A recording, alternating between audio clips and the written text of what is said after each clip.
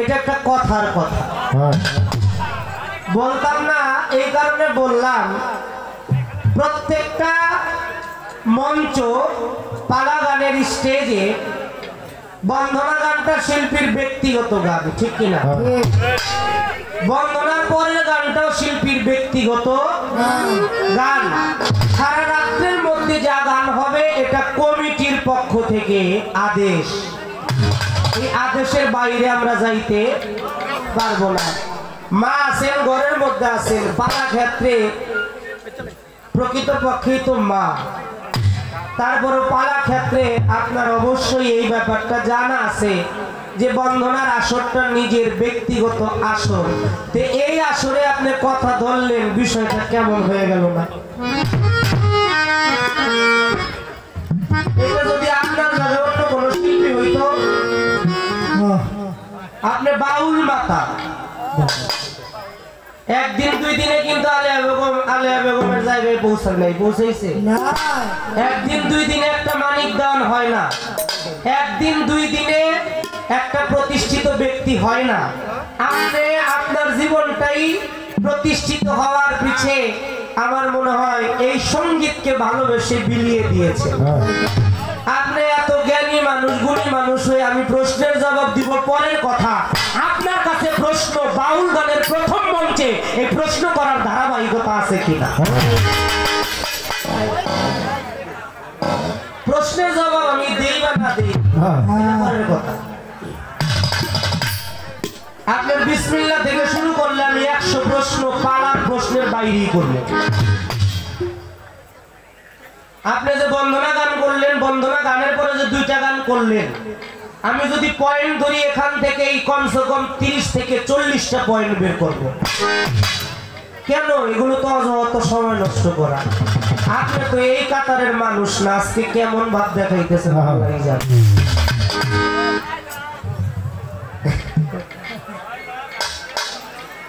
আসলে মা কি যে একটু রুটি খাওয়াইছি,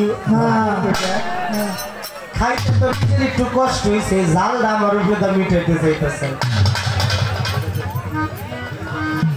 জবাব দিব অবশ্যই, কারণ আমি গুরুর পাঠশালায় যেহেতু ভর্তি হয়েছি। জাগতিক জগতের স্কুল, কলেজ, ইউনিভার্সিটি, ভার্সিটি, মাদ্রাসা, মক্তবের মধ্যে এই পৃথিবীর যত পড়ালেখা আছে, এই পৃথিবীর পড়ালেখা যেখান থেকে শেষ হয়, তরিকত জগতের পড়ালেখাটা সেখান থেকে শুরু হয়। তাই সাধকের গান আছে, আদবে দেশ যাবে মহব্বতের বাজারে, বেয়াদবি কেউ কইরো না কোনো অলি আল্লাহ বা পীর মুর্শিদের দরবারে। আমি অতটা আদব সম্পন্ন মানুষ না। আচ্ছা আচ্ছা, কথা শুনে খাবারের জন্য এক পোটলা নিমকি, এটা দুইজনে ভাগ করেই খাবো। যেহেতু গুরু মঞ্চে আছে, গুরুরে না দিয়ে তো আমি খাইতে পারি না। তো আমি একটি গান করব, গুরুকে দেখলে, গুরুর সাথে দেখা হলে ভক্তের কিছু আদর্শ কর্তব্য থাকে।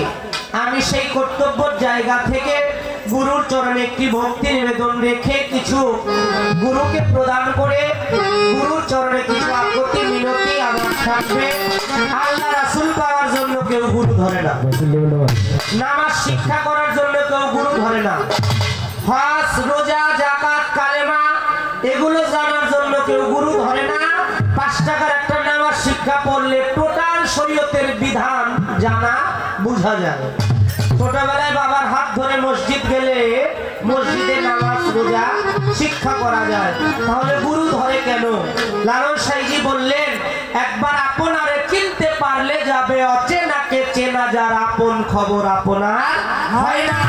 নিজেকে চেনার জন্য, নিজেকে জানার জন্য, নিজেকে পরিশুদ্ধ করার জন্য, নিজেকে নিজে দর্শন করার জন্য গুরুর মাধ্যমে মানুষ গুরু ধরে। গুরু কখনো সাধারণ মানুষ হইতে পারে না। গুরু হলো স্রষ্টা পরিষদের একজন, আল্লাহ পরিষদের একজন। গুরুকে যে সাধারণ মানুষ ভাবে, প্রথম নাম্বারে তার গুরু ধরাই ঠিক হয় না। তাই গুরু শক্তির উপরে পূর্ণ বিশ্বাস রেখে গুরুকে আমার হৃদয়ে আসনে বসিয়ে গুরুর চরণে একটি ভক্তি রেখে গুরুর চরণে আমার কিছু আর্জি থাকবে, মিনতি থাকবে, আকুতি থাকবে। গুরুকে প্রশ্ন করা যায় না, গুরুর কাছে কিছু জানবার বাসনা থাকতে পারে। গুরু যদি দয়া করে কৃপা করে বলে তবেই বলা হবে। আর গুরু যদি না বলে আমাদের জোর করে নেওয়া সম্ভব না। আপনার দোকানে অনেক মালামাল আছে, আপনি যদি কাস্টমারে দেন তাইলে পাবে।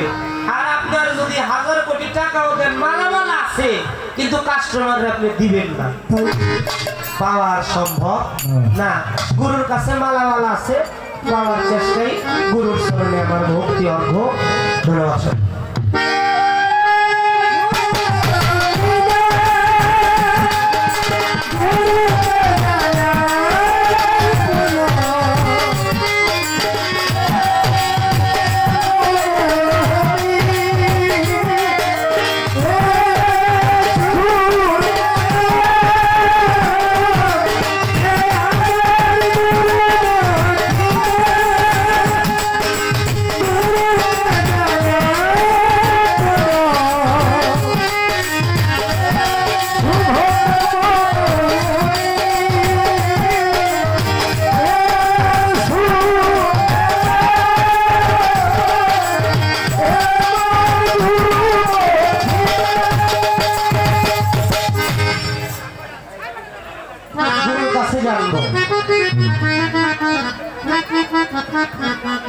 আল্লাহ পাক আমাদেরকে পাঠিয়েছেন পৃথিবীতে।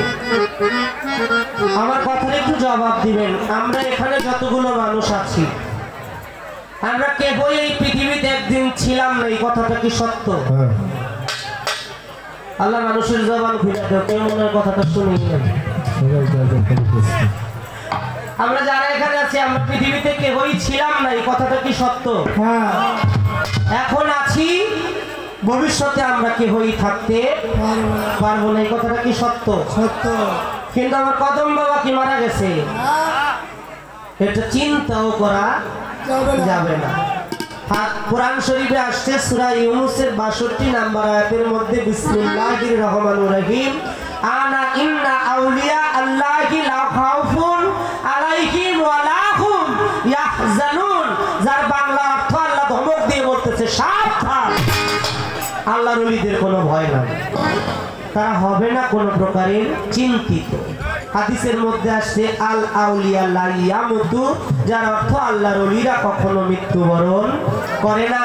যে আল্লাহর ওলিদের কোনো ভয় নাই, যে আল্লাহর ওলিরা মৃত্যুবরণ করে না, আমরা যদি সেই আল্লাহর ওলিদের আশ্রয়ে যাই, আমাদের কি ভয় থাকার কথা? আমাদেরও ভয় থাকার কথা না। তাই এই মানবিক ধর্মটা, এই আত্মধর্মটা, এই মানব দেহটা আমি আমার দয়ালের চরণে সেবা ভজন সাধনের উপযোগী করার জন্য এই মানব দেহটা আমি কিভাবে পরিশুদ্ধ করব, মানব ধর্মটাকে কিভাবে জানবো, সেখান থেকে এই গান আমি রাখবো। বর্তমান বিশ্বে ধর্ম নিয়ে কিন্তু মারামারির অভাব নাই, যেহেতু পাইছি এই মারামারি একটু আমরা কমে যাই। আসলে